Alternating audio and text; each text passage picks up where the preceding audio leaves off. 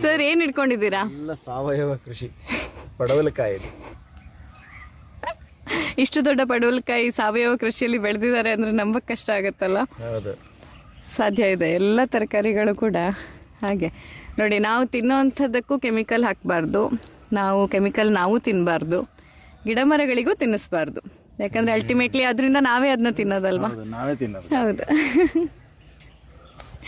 ಕೆಂಪು ದಂಟು ಅಂತಾರಲ್ಲ ಅದೆಲ್ಲ ಹೌದೌದು, ಕೆಂಪು ದಂಟು ನೋಡಿ. ಆ್ಯಂಡ್ ಇದರ ಬೀಜವನ್ನು ಎಮರಾಂಥಸ್ ಅಂತ ಇದು ಮಾಡ್ತಾರೆ. ವಿದೇಶಿಗರೆಲ್ಲ ತುಂಬ ಇಷ್ಟಪಟ್ಟು ತಿಂತಾರೆ, ತುಂಬ ನರಿಶ್ಮೆಂಟ್ ಇರುತ್ತೆ ಅಂತ. ಈಗ ನಿಮಗೆ ರಾಜಗೀರ ಅಂತಲೂ ಸಿಗತ್ತಲ್ಲ, ಕಿಚಡಿ ಎಲ್ಲ ಮಾಡ್ತಾರಲ್ಲ ರಾಜಗೀರ, ಇದರಲ್ಲಿ ಅದು ಇದೇ ಜಾತಿಯಲ್ಲೇ ಬರುವಂಥದ್ದು ದಂಟು ಸೊಪ್ಪು. ಇಷ್ಟ ಹತ್ರ ಬೆಳೆಯುತ್ತೆ ಅದು ನಾವು ಹೌದು ಬೀಜ ಬೇಕು ಅಂದಾಗ ಹೀಗೆ ಬಿಟ್ಟರೆ ನೋಡಿ ಹೆಂಗೆ ಬೆಳೆದಿದೆ ಅಂತ. ನಮಗೆ ಬೀಜ ಬೇಕಾಗತ್ತಲ್ಲ ಹಾಗೆ. ಗೆಡ್ಡೆಕೋಸು. ಹಾಂ, ಗಡ್ಡೆಕೋಸು. ಹಂಗೆ ಕಡ್ಕೊಂಡು ತಿನ್ಬೋದು ಅದನ್ನ. ಓ, ತುಂಬ ಚೆನ್ನಾಗಿರುತ್ತೆ, ನಿಜ ತುಂಬಾ ಟೇಸ್ಟಿಯಾಗಿರುತ್ತೆ ನೋಡಿ. ಇಲ್ಲೇ ಬಂದ್ಬಿಡೋಣ ಗೋಕರ್ಣಕ್ಕೆ ಅಲ್ವಾ, ಬಂದ್ಬಿಡೋಣ ಎಲ್ಲರೂ. ಈಗ ಇವತ್ತು ಪಡವಲಕಾಯಿ ಹಿಡಿದು ಫೋಟೋ ತೆಗ್ದಿದ್ದೀರಲ್ಲ, ಇನ್ನು 20 ವರ್ಷದಲ್ಲಿ ನಿಮ್ಮದು ಒಂದು ಫಾರ್ಮ್ ಆಗಬೇಕು, ಕೃಷಿ ಮಾಡೋಕ್ಕೆ ಸ್ಟಾರ್ಟ್ ಮಾಡಬೇಕು. ನೋಡಿ ಎಷ್ಟು ಚೆನ್ನಾಗಿದೆ ಹೀರೆಕಾಯಿ. ತಾಜಾ ತಾಜಾ ಹೀರೆಕಾಯಿ ಪಲ್ಯ ಮಾಡಿಬಿಟ್ರೆ ಎಷ್ಟು ಕ್ಯೂಟ್ ಅನ್ಸುತ್ತಲ್ಲ. ಇವೆಲ್ಲ ಎಷ್ಟು ಚೆನ್ನಾಗಿದೆ. ಹೌದು, ಹೀಗೆ ಆಹಾರದ ಜೊತೆ ನಾವು ಕನೆಕ್ಟ್ ಆಗಿಬಿಟ್ರೆ ಆಗ ನಾವು ತಿನ್ನೋಂಥ ಆಹಾರ ಬರೀ ನಮ್ಮ ದೇಹವನ್ನಲ್ಲ, ನಮ್ಮ ಆತ್ಮವನ್ನು ನರಿಶ್ ಮಾಡುತ್ತೆ ಅಂತ. ಈಗ ನೋಡಿ, ಈಗ ನಾವು ಅಂಗಡಿಯಿಂದ ತಂದು ತಿನ್ನೋದಕ್ಕೂ, ಈಗ ಇದನ್ನ ನಾವು ಇಲ್ಲಿಂದ ಈಗ ಕೊಯ್ದು ಅದನ್ನ ತಿನ್ನೋದಕ್ಕೂ ತುಂಬ ವ್ಯತ್ಯಾಸ ಅಲ್ವಾ. ನಮ್ಮ ಪ್ರಾಣ ಚೈತನ್ಯ ರೀಚಾರ್ಜ್ ಆಗೋದಂದ್ರೆ ಹಾಗೆ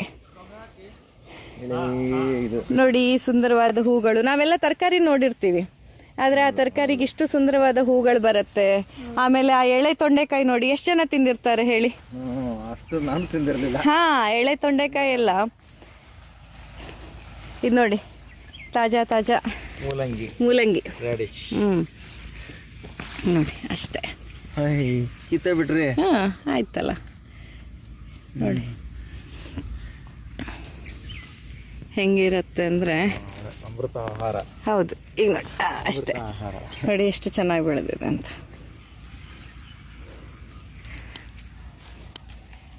ಹೀಗೆ ನಾವು ಹೀಗೆ ಬೆಳೆದು ಹೀಗೆ ತಿಂದಾಗ ಅದು ನಮ್ಮನ್ನು ನರಿಶ್ ಮಾಡದೇ ಇರೋಕ್ಕೆ ಹೆಂಗೆ ಸಾಧ್ಯ ಅಂತ. ಇದರಲ್ಲೂ ಪಲ್ಯ ಪಲ್ಯ ಮಾಡ್ಬೋದು, ಸಲಾಡ್ ಮಾಡ್ಬೋದು, ಸಾಂಬಾರಿಗೆ ಹಾಕ್ಬೋದು. ಯಾಕೆಂದರೆ ಇದಕ್ಕೂ ಏನೂ ಹಾಕಿರೋದಿಲ್ಲ ಅಲ್ವಾ. ನೀವು ಹಾರ್ವೆಸ್ಟ್ ಮಾಡಿ ಒಂದಿಷ್ಟು, ಇವತ್ತು ಪಲ್ಯ ಮಾಡೋಕ್ಕೆ ಕೊಡೋಣ ನಿಮ್ಮ ಇದರಲ್ಲಿ. ನಿಮ್ಮ ಕೈಯಲ್ಲಿ ಅಂದರೆ ನಿಮ್ಗೊಂದು ಅನುಭವ ಇರುತ್ತೆ, ನಾವೇ ಹಾರ್ವೆಸ್ಟ್ ಮಾಡಿದ್ದು ನಾವು ತಿಂದಿದ್ದು. ಹಾಂ, ಅಲ್ಲಿ ಚೆನ್ನಾಗಿ ಮೇಲೆ ಬಂದಿರೋದು, ಸೈಜಲ್ಲಿ ದೊಡ್ಡದಾಗಿ ಬಂದಿರೋದನ್ನ ಕೇಳಿ. ಆ ಖುಷಿ ನೋಡಿ, ನಿಮಗೆ ಇಲ್ಲಿ ಎಲ್ಲೂ ಸಿಗಲ್ಲ ಈ ಖುಷಿ. ಹಾಂ, ಇಲ್ಲ ಹಾಗೆ ಬೆಳೆದಿದೆ ಅದು. ಹಾಂ ನೋಡಿ, ಮೇಡಮ್ಗೆ ಕರೆಕ್ಟಾಗಿ ಗೊತ್ತಾಯ್ತು.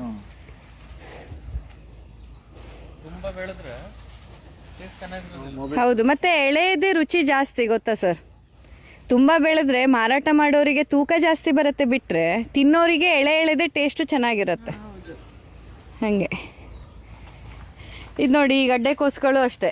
ಜಸ್ಟ್ ಇದನ್ನು ಹಾಗೆ ಡೈರೆಕ್ಟಾಗಿ ನಾವು ಸ್ಲೈಸ್ ಮಾಡಿ ತಿನ್ಬೋದು, ಎಷ್ಟು ಟೇಸ್ಟಿ ಇರುತ್ತೆ ಗೊತ್ತಾ ಗಡ್ಡೆಕೋಸುಗಳು.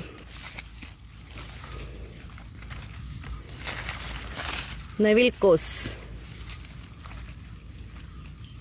ಎಳೆ ನವಿಲ್ ಕೋಸನ್ನು ಸ್ಲೈಸ್ ಮಾಡಿ ತಿಂದ್ಬಿಟ್ರೆ ಸೂಪರಾಗಿರುತ್ತೆ.